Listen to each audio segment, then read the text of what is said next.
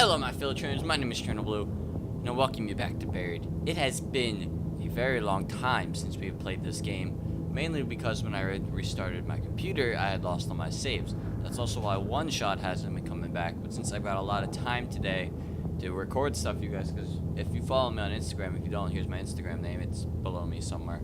I post pictures of what I'm going to be doing for the week, the next 2 weeks. Well, I'll update the 2 weeks thing. I posted a picture of what next week's videos are. You're gonna see this, well, this week. This is not coming, you're not seeing this till Thursday, the 4th of May.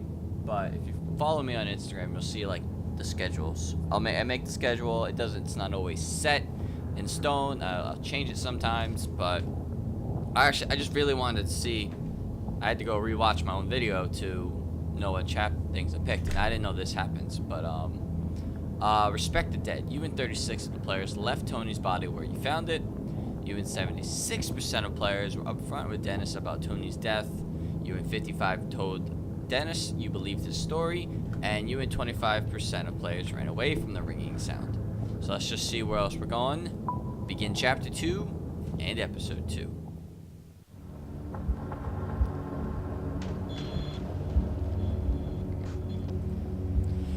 We're standing on the thin platform of what looks like a fancy subway. The rail looks well used, but not old.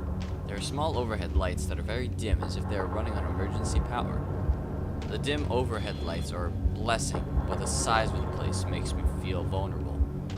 Staring ahead, the tunnels seem to be endless, and it's almost dizzying. But there's a small light further ahead, and then a space that breaks the monotony of the tunnel's curved surface. Another platform, maybe? I'm gonna ask him what he thinks it is. Looks like we're waiting for the D train, Dennis. Dennis says with a deadly sounding cackle. Also, the ringing noise is louder down here. It's much more solid now that there's much more solid now, and there's some other sound, something like the faint hum of machinery. What's your take on this, boss? You think we're safe here? Dennis asks. Not at all. This is what I think to myself, but I don't want to let Dennis see that I'm rattled. While he seems to be limping along much better than when we first stumbled into this place, he's still in rough shape. I'm leading him here, and I should probably make him feel more confident. Yeah, we'll be fine, Dennis. We'll be fine. You reassured Dennis. We're too far in to go back, I said. Besides, if we get caught for trespassing, I'm pretty sure we'd slide. We're good. You're in pain, and we've got to find the rest of our crew. They could still be here somewhere. Dennis nods and looks reassured. I'll bite weak and miserable. From the looks of it, we can go either left or right. The left is slightly lit, the right not so much. This makes me uneasy because I get the sense that one wrong turn in a place like this would have us wandering for hours. Suddenly, I jerk my head to the right as I hear the unmistakable sound of someone walking. Did you hear something? I asked Dennis, my eyes straining to see if anything in the darkness. Not sure, he says. Maybe so. It sounded like footsteps. I wait a moment, but the sound doesn't come again. So those are our options. To the left are flickering lights, indicating that we'll at least be able to see. Also, a hum of machinery, a sign of life. To the right is just darkness, but we also hear footsteps. Let's go left. I'd rather be able to see where I'm going. You decided to go into the lights. Seems smart to stay in the light. Left it is.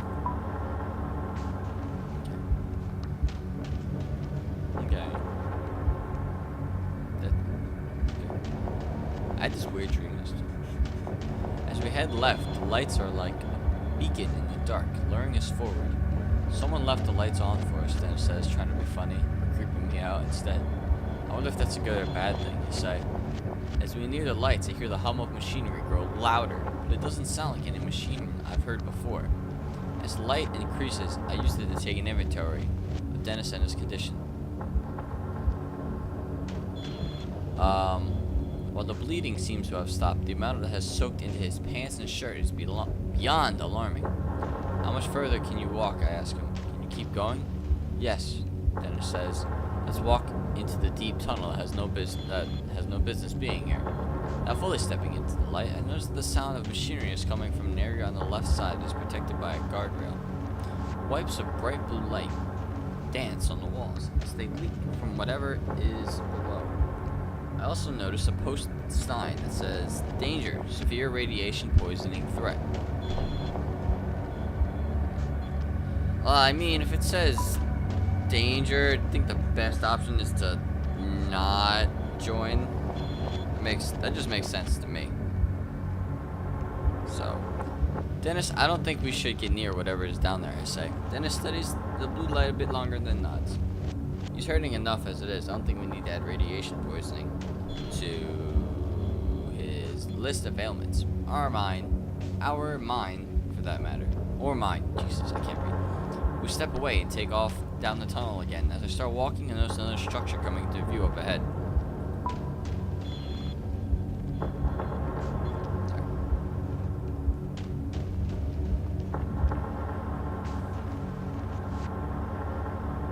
As we further head into the tunnel, we reach another platform. There's lights coming from the platform, but like the overhead lights, they are dim, red emergency lights. I start to wonder if the explosion of the logic site caused a power outage in this place, whatever this place is. The ringing noise that originally thought was in my head is getting louder. I'm starting to think some sort of alarm. We come to the large open area ahead in the tunnel. This further resembles a subway station. As much as I try to ignore the reality, it's undeniable. We've stumbled in some sort of high-tech transportation system that is buried beneath the forest of Kentucky. It makes absolutely no sense. It creates an entirely new sort of fear as to what the hell we have walked into. I notice that Dennis seems confident, though. When we reach the large opening, we have to climb over the rails and up onto the platform. I have to help Dennis over the rails and then up the small utility ladder that is bolted into the opposite side of the travel. When he reaches the large open area resembling a subway waiting area, he collapses on the floor and lets out a heavy breathing. Heaving. You know what? Dennis says. Exacerbated. This is ridiculous. I quit. I'm not going any further. On top of worrying about my crew and the madness of wherever we are, I'm not in the mood for Dennis to act like a baby. I'm gonna be nice about it. I'm not the one with the gash on my side. I think about it to myself, so I decided to cut him some slack. Damn, boss, I'm sorry. He says, it's okay. I say, I don't know how you're still on your feet, if I'm being honest. Stubbornness, he says with a weak laugh. You need a minute to rest, question mark, I asked. Warmly as I can muster. No, if I sit down to rest, I'm afraid I might not get back up. Let's keep going while I can still go. Reach down, help him to his feet. God. Reach down, help him to his feet, and then we got ourselves onto the platform. Right in front of us, there's an entrance to a long hallway, exiting the platform area. It's at this point that I realized there's a It's at this point that I realized those red emergency lights might be on for someone else who is actually supposed to be here. Hello! Anybody here? I asked, my voice raising to be loud, almost a shout. There's not much of an echo. My voice falls flat like a rock from the sky. Glad that I don't get an answer. Hearing anything else in this hollow silence would have given me a heart attack. The emergency lights continue to flicker.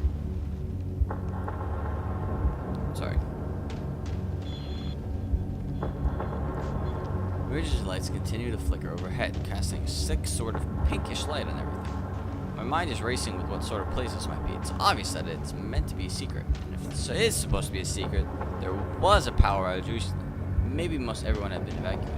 This thought does nothing to make me feel any better as we walk towards the platform exit. We step inside and it seems just as empty as every other place we've come through. Weakly illuminated by more overhead emergency lights. We're standing inside a hallway that looks surreal for a moment. Things are getting interesting. I don't know where we are, but I really hope it's not dangerous and we're not gonna die. Okay.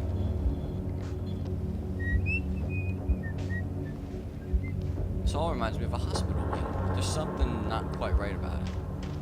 It's the first clean and tidy area I've seen since coming into the woods. It looks like it was recently in use, despite the dim emergency lights overhead. There are chairs against the walls, and the floor looks well cleaned, as do the walls. The what? The ringing noise is definitely coming from here, and a small flashing red light along the ceiling seems to be flashing along with it. That ringing noise is an alarm, I say, if only to confirm my own thought. But for what? Dennis asks. Then he asks the question that has been on my mind since we found that place. In that hole, what the hell is this place? We exchange a look that speaks volumes. We reach the end of the hallway and hear a sound like a large metallic grinding. This is followed by a clicking noise and then an unmistakable noise of a generator kicking on. Continue. Hey! Normal lights are on. I hope. Without warning, the facility jolts to life. The red glow of the emergency light is suddenly replaced by bright white fluorescent ones. That mechanical hum is oddly comforting. Somehow the power being on urges us on. It's then I notice the ringing noise has stopped. So it had to have been an alarm. But for what? Just a power failure? We head down the hall, the electric hum of the lights sounding eerie overhead. Other than that, the place is dead quiet. The hall is about 100 feet long with two main doors. One door opens onto a large room that looks like a conference room, while with a whiteboard and papers strewn about. Across the hallway, another door looks like a laboratory of some sort. Dennis slumps along the wall in defeat and lets out a scary sounding chuckle. Something funny, I asked, as a dark and brooding panic starts to grip me. Dennis just keeps chuckling and slides down to the floor. I'm just gonna sit here while you look around, he says. There's a look in his eyes that reminds me far too much of a dead animal on the side of the road. Let's go in the conference room. See if we can learn anything.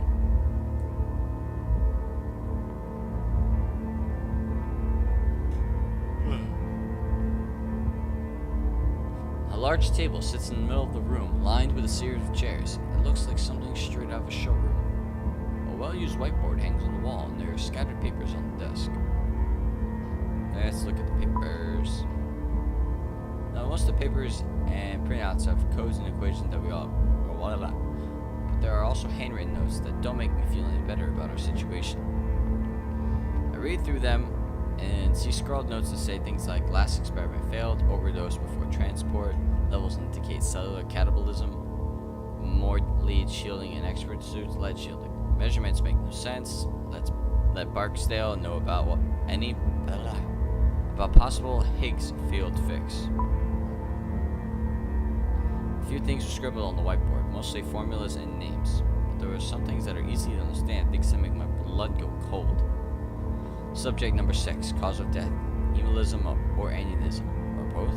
Ideas from a renewed delivery mode, spherical liquid, comatose state. Theraco company, possible plutonium supplier. Outside in the hallway, I hear Dennis grunting. I head out, see him still sitting on the floor. But I don't get very far, because as I exit, a man comes rushing around the corner with an automatic rifle in his hands. Please don't shoot me. I'd very much like to not die.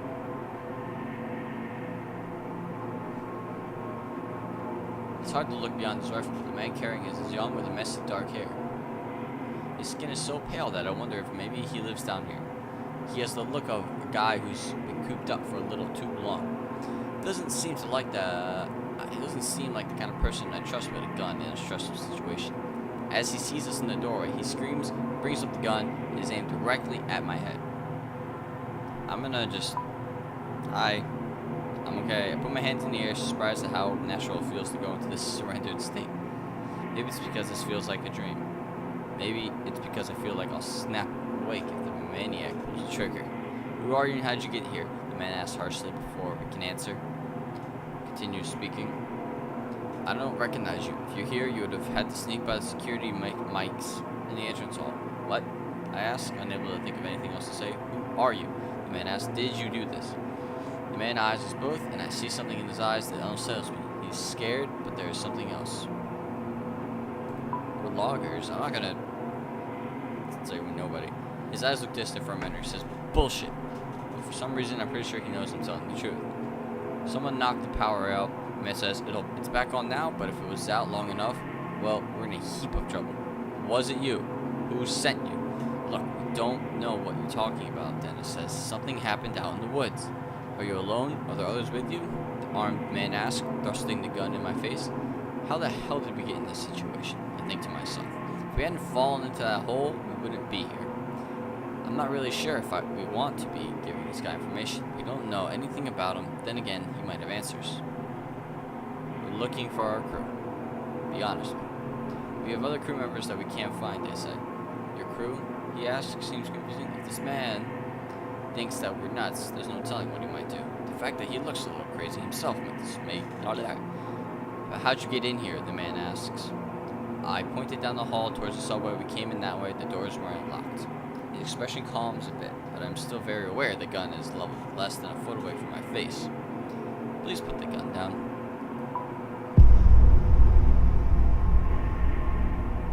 The only way I'm putting this rifle down is after I've blown your brains out, the man says. Dad uses the muzzle of the gun to flip my hard hat onto the floor. It's a childish move, a playground tactic at best, but it's sufficient to show me that he knows he's in control now.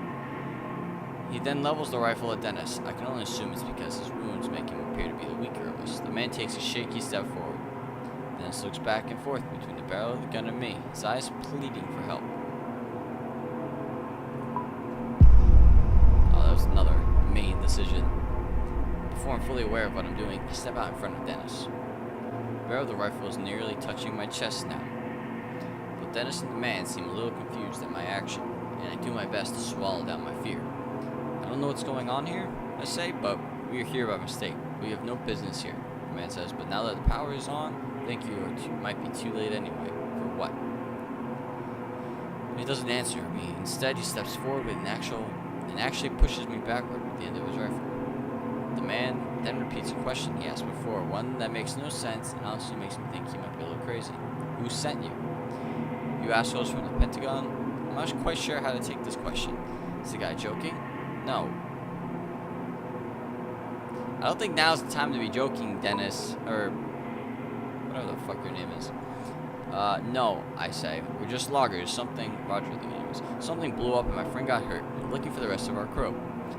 Likely story, the man says, but I see a flicker of recognition in his face that makes me think he might believe me. Still, his grip on the gun is as tight as ever. The look on his face makes me think he'll shoot at any moment. You both just stand still, he says. Sooner or later, someone will come along and I'll turn you over. He again thrusts the guns forward as if it has an invisible bayonet on it. There's no need for that, I tell him. I have no guarantees that he won't pull that trigger. Look, Dennis says, we don't want any trouble. We're just as confused as you are. Then, in a movement so fast that I was just about to miss, Dennis lunges forward. I have no idea how he is moving so fast. Just 30 seconds ago, I was worried about how close to death he looked. Now he's moving lightning fast. His left arm is coming down on the barrel of the gun like a club. In the commotion, the man does pull the trigger. The booming noise is deafening, and there's a moment where I think I've been hit. It takes the clanging noise of the round tearing into the floor at my feet to help me realize that I've been shot. I looked at the floor and see where the shot missed my right leg by less than 3 inches. I'm paralyzed and shocked for a moment as Dennis and the man fighting over the possession of the rifle. There's a fire extinguisher on the wall I could use as a bludgeon, but I might not have enough time to grab it before Dennis is overpowered. I'll just punch him. Dennis has the man pinned to the floor, but isn't strong enough to keep him down. As I fall to the floor to help, the barrel of the rifle swings in the front of my face, a reminder of how close I had come to being shot. On my knees now, I deliver a hard, stiff punch to the man's face. I don't punch someone often. Never, really. I'm not usually the brawling type. Still apparently effective. The man's head snaps back hard and his grip on the gun loosens. Dennis grabs the gun and falls to the floor, clearly winded and in pain. Our attacker is immobilized, and I can feel a shift in the situation. Yet, although he is basically armless now, I feel the pummel him, a desire to... I'm gonna hit him again just because he was an asshole. I'm not sure where the anger comes from, but it's probably been buried under the panic and exhaustion. But it comes out in serious punches, my fist flying as I kneel over him. My right hand bashes into his nose, drawing blood. My left clips his lower lip, busting it. Roger, what are you doing? He's defenseless now. Somewhere in the flurry of punches, I bust open his right eyebrow. It's not much. It's not until I see the multiple trails of crimson flowing and trickling down his face that I finally stop. I look to my fists. I thought I was just going to punch him once. As I'm slightly embarrassed that I was able to stop myself. Dennis instantly hands the rifle over to me, and I take it with shaking hands. I can't believe you stepped between me and that gun, Dennis says. He could have killed you. I was pretty sure he wouldn't, I say, although I had no such thing. Still thanks, man. That was some heroic stuff. You would have done the same for me, right? Dennis says nothing His eyes looked to the floor. I don't think you needed to keep hitting him like that, Dennis. Some trembling in his voice. I didn't say anything. He's probably right, but it was too much of a risk. What do we do now, boss? Dennis asked.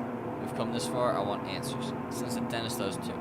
I walk over and pick up my hard hat off the floor. After placing it on my head, I turn towards the man. Get answers from this guy. No answers, the man manages to whisper, his eyes fluttering, buzz all over his head and neck from where I let loose on him. Okay, let's move, I say, pointing the gun further down the hallway. We've come this far, and I'm not gonna let this guy stop us. We walk down the hall till we come to an end. A single elevator waits for us. Its steel sliding doors, larger than normal elevators. Wow. How long is chapter 2? Jesus Christ. That looks ominous. Ever seen the movie? Is it called Elevator? I don't remember what it's called. Before I get into the elevator with this guy, I think it's wise to learn a bit more about him. I can tell making him uncomfortable for me to have the gun. What's your name? I ask. Marcus. Are you work here? And you work here. It's clear that he doesn't want to answer, but he gives us a little nod. We're looking for the rest of our crew. Any idea where they might be? No, he says curtly, not bothering to worry. There's got to be something useful. There's got to be some useful information we can get out of this guy. I just need to know how to dig for it. I need a first aid kit for my friend here. I said, where might we find one? Down on the second floor, he says, but we cannot go down there. What's on level 2? He looks at me like I'm an idiot. You must be aware you're inside of a classified government facility, he says. It makes sense, but I want to doubt it. Well, I'm not sure our government would want you to help me. I'm sure our government would want you to help me, my friend. So take me to the first aid kit. I can't. You don't have any clearance. Hell, I barely have clearance. And seemingly to himself, he mutters, I make this place run. And not even a thank you, just a bunch of restricted access rooms that I'm only allowed to go in after with a friggin' chaperone. I interrupt his monologue. We're going to that first aid kit. I could lose my job, he says, squinting through the blood where I'd bashed him over and over. I wonder for a moment what sort of trouble I could get into for hitting a government employee, especially as hard as I did. Then again, he had come at us with a rifle. It makes me think that things have gone terribly wrong in this place. An explosion in the woods or whatever the hell had happened might be linked to it all. I need to convince him to take us to the second floor, but I'm not sure if it would be more productive to threaten him or ask for sympathy. I'm gonna ask for help, even though I just punched the shit out of him. Look, I say, it hasn't been the best day. I'm just trying to find out what's going on, to find our crew, to survive. I know this isn't a normal situation down here. It looks like all your protocols have been blown to hell. Can't you help us out? He looks at me sternly, weighing his options. Okay. Thank you, I say. With an untrusting stare, Marcus walks to the elevator door, approaching a small keypad above the doors. He punches in a numerical code on the keypad, and we can hear a slight mechanical hum behind the steel doors. After a few seconds of angry glances, frightened sneers from followed Marcus, the elevator arrives. The steel doors slide open with a whisper, revealing the interior.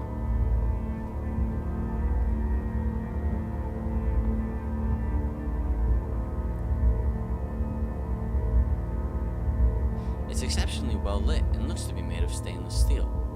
I half expect the thing to take off at the speed of light. There's another small keypad on the front right panel by the door with the options for 3 sub-level floors. Looks like this elevator doesn't go to the surface.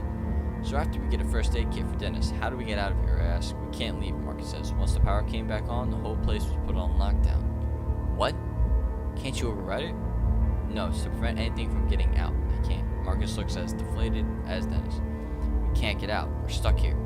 Dennis leans into the corner and almost falls onto the floor. The struggle for the rifle took a lot out of him. I can see that much in his face. Slowly, we start to move down. The hum and grind of the car's motor fill the space. So, we're stuck here forever. I'll ask him what can he do. Marcus bristles at the question, but I think it's fair. I mean, he's not allowed to unlock the doors or even get medical supplies. Why keep a guy around who can't even grab a band-aid without permission? Without me, nothing would get done here, Marcus answers me. These people think that they're so brilliant, but some of them can barely turn their computers on without help. The top coder in my class at MIT,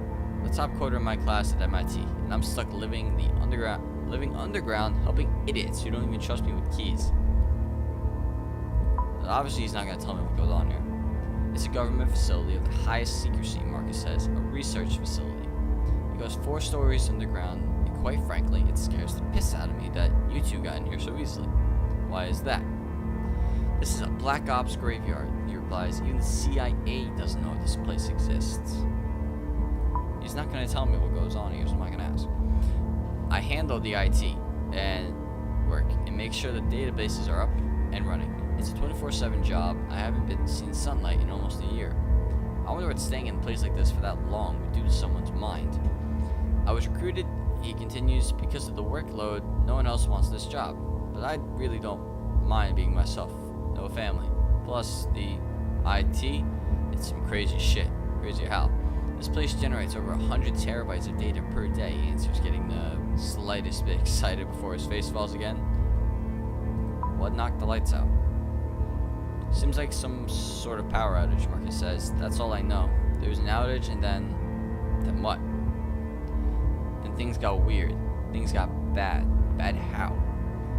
The whole place seemed to shake when the lights went out. I was checking the monitors when it happened, and everything went dead. It took no more than a minute or so before I started hearing the screams. People were being killed by something. I tried getting to the security cameras going again, but they only lasted for a little bit on my backup system. But what I saw? What? I asked, feeling the sharp fear warming its way into my guts. Well, what I saw on the screens for that little bit of time made no sense. It made me get the gun from the emergency vault. I think whatever it is, it's still down here. Hold on, I say. There's an emergency vault with a rifle in the same room as the security cameras in this place. Marcus gives me a grin that looks nearly insane. There are guns locked in every room in this place, just in case, you know? Just in case of what? As he opens his mouth to answer, the elevator comes to a stop, and the doors slide open. Marcus is out right away without a word. He makes his exit and heads directly for a glassed-in room that is filled with computer monitors and high-end equipment. Dennis and I file out behind him, trying to keep up. As we do, one very alarming question runs through my head. What the hell kind of government facility keeps loaded guns and emergency vaults in every single room? That is end of chapter 2. Went a little longer than the first one. Let's check out our results. Alright. Curiosity. You and 39% of players obeyed the warning sign and stayed away from the glow. You and 64% of players stepped in front of Dennis to protect him from Marcus. You and 35% of players kept hitting Marcus after he surrendered. I wouldn't say he surrendered, but yeah. But alright, that was episode 2 of Buried Chapter 2. Next episode, we will be doing Chapter 3, so I hope you guys stick around and watch it. If you guys are enjoying the series, hit the like button, and don't forget to hit my face in the suggested video. I'll see you guys next time. Remember, you are awesome just the way you are, and do not let anyone ever tell you that you're not. Later, guys.